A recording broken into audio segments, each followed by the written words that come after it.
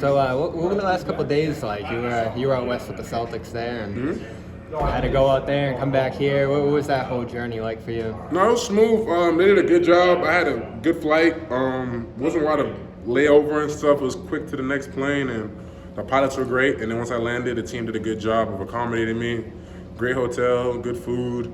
And then once we had a shoot around, I was able to get good rest in and get good shots in.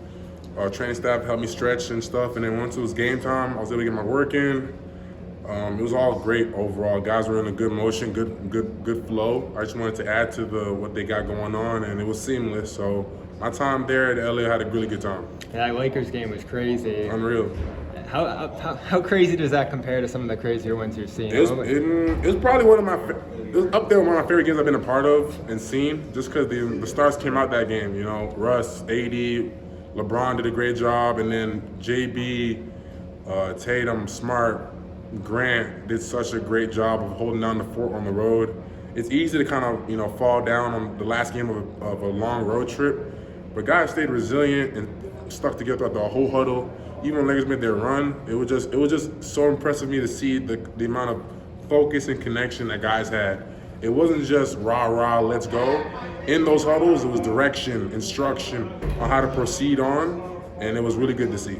And what are you trying to accomplish when you're around the team? You know, you're fitting in, you're not playing a ton, but you're kind of there trying to keep the energy up and stuff. Yeah, I can control what I can control. So being a two-way, this is kind of giving me an opportunity to get better on my game. Because if I was the player that I thought I am, it'd be different. So I just got to continue to work on my game and stuff. So what are you kind of developing here so far this season up and Just post-game, working on my pick and rolls, being a good defender on pick and rolls, and then guarding the ball screen really well. That's what they need from me in the Celtics. Rob does a good job of that. Al does a good job of that. So my main priority is ball screen defense, off-ball, on-ball defense, help side, and being really good on pick and rolls and catching the ball, catching lobs, catching slot pass and making plays. It feels like the style is similar up here than what you're trying to play in Boston. What's it been like playing in that fast pace, lots of off-ball screening? It's amazing. Barlow does a good job of accommodating me and also adding to my skill set and letting me give me the freedom to move how I want. And then Boston gives me a lot of instruction and direction to move, and it's been seamless coming up and down when it comes to playing either live on the court with Peyton and stuff and the low-minute guys, and then coming down here and playing. So it was really helpful. So I saw you in training camp doing some pick-and-roll work with Jalen. What's it been like to do some hands-on work with him and some of the other guys up there? Unreal. I love how, being a two-way, it's easy to kind of being on a two-way on a championship team like I am. It's easy for players to kind of just focus on their goal, which I expect. And, just focus on themselves and what the team needs. And to have Jalen and those guys take time out of their work schedule, work on their game to help me out, it helps me be seen and helps me feel like I'm a part of what's going on. So that kind of stuff is very welcoming, and I really appreciate stuff like that because it makes me feel like I'm a part of something, even though I'm not beginning the minutes on stuff. Jalen, JT, Smart, Al, they always keep me engaged on the bench, informing me when I ask questions, they enlighten me. So they do a really good job with me when I'm up there. Who are some of the other guys that have kind of worked hands-on with you in those settings? Other than the coaching staff, Steve's been great. Barlow's been great. But as it pertains to players, Al's been amazing. Rob has been great, especially because I asked him questions about how he found success in the G League, being a big man, because you're not really the primary ball handler, primary shot taker, and stuff like that. So I asked Rob, what were kind of the things that made you have success and play the way you play? I asked Cornette the same thing. He was in a similar situation as I was. And Sam Hauser, they had a lot of success with their squad. They had a bunch of call-ups and stuff.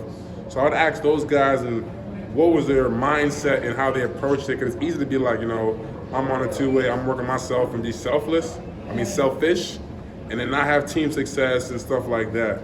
So I asked those guys on how they maintain their level of focus and what does Boston Celtics expect from them. And they gave me a lot of good advice on playing my role and not, going too far without myself. What has Rob told you? One of the main things is rebounding, shot blocking. Those dynamic plays on the help side really get you to be seen, even though you're not the primary shot taker. You got to really lock on defensive boards, offensive boards, and protect the paint, especially being at my size and my athleticism. Teams should not feel comfortable driving in the paint when I'm in there. So that's the main thing he told me to instill in myself when I'm down here. And he feels like he's close. Have you kind of seen him in shoot-around practice out there? Yeah, when I was in LA, he was playing some 5-on-5 with the coaches. He was moving well. I don't know the time skip table, but just off eye test, he looked like he's moving really well. He seemed strong. He seemed confident in his movements, which is the main thing. Once you have confidence in that, the game, the feel will come and touch and stuff like that. So I was impressed with how he looked, especially when I saw him in the beginning of training camp and how he transitioned now. So I think the cool thing is you and JD are kind of able to help each other up here, throwing lobs, ball handler, roller. How's he come along since he's arrived here in Maine? I love JD so much just because he's so young. There's so much to his game with his athleticism, and you can mold it in so many ways. He's a good ball handler. He's able to get downhill. You know, the way he get downhill reminds me a lot of Malcolm Brogdon. You know, his speed, change of pace.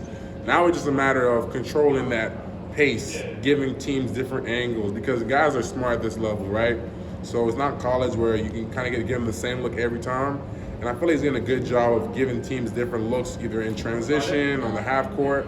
So he just has to continue to give teams different looks and progress on that. But other than that, energy's been good. I like him as a teammate in the locker room. Guys love him. I had a really good time with him. Looks like Luke is starting to roll too. What are you seeing from him? Oh, I remember him since draft on draft night.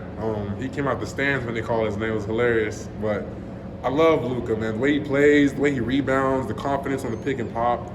It inspires me because he brings a different level of the game. Even though he's a big like myself, he brings another aspect to the team, which helps us a lot. High-low action, I can roll, he can pop. Teams are very, there's a lot of confusion with that, especially us both being good rebounders. So playing alongside of him makes my job a lot easier, especially on the pick and roll coverages, because he's such a good shooter, and you can't help him too much on the weak side. So I really appreciate him. Last one I got for you, Joe. A lot of success early as a new head coach. You've been able to be around him a little bit. What makes him successful early on in his tenure? The biggest thing with Joe is the level of presence. I never see Joe talk about next week, next month. Like, he talked about the championship, like getting back to June. But other than the championship, he never gets too far of himself. Whatever's in front of him, whether it be shoot around practice or that scout, he deals with that today. Like, his level of presence, even in timeouts, he never seems rattled. Sometimes I look at the bench and I'll be like, you gonna call timeout, gonna run? Never calls it, gives guys the time to figure stuff out. Almost like how Phil Jackson did with the Lakers. Yeah. Kind of letting guys figure it out, not calling timeout. And that just gives guys a lot of confidence. And I like how his level of presence and where he's at. He never gets too rattled, never wavers. Guys like the no timeouts? Yeah, I like it because first of all, it holds you accountable because now there's no escape route. When you're a player, it's like, call timeout, we can escape and come back after the timeout. No, you're going to figure it out right here, right now. If you're not going to figure it out now, when are you going to figure it out? And I love how Joe does that, keeps us resilient. But his ability to keep us locked in on every scout, shoot-around film is extremely impressive to me. So I love his level of presence. One more, the Cornette contest. Does it work? Absolutely. I have been a witness and a victim to it plenty of times. It works, especially him being the size of which he is and how big his shoulder and his arms are. Once he jumps, you really can't see the rim. All you see is the backboard and his torso and arms. So it works. It works on a consistent level, yes. All right, Pete. Great talking to you. Thank you.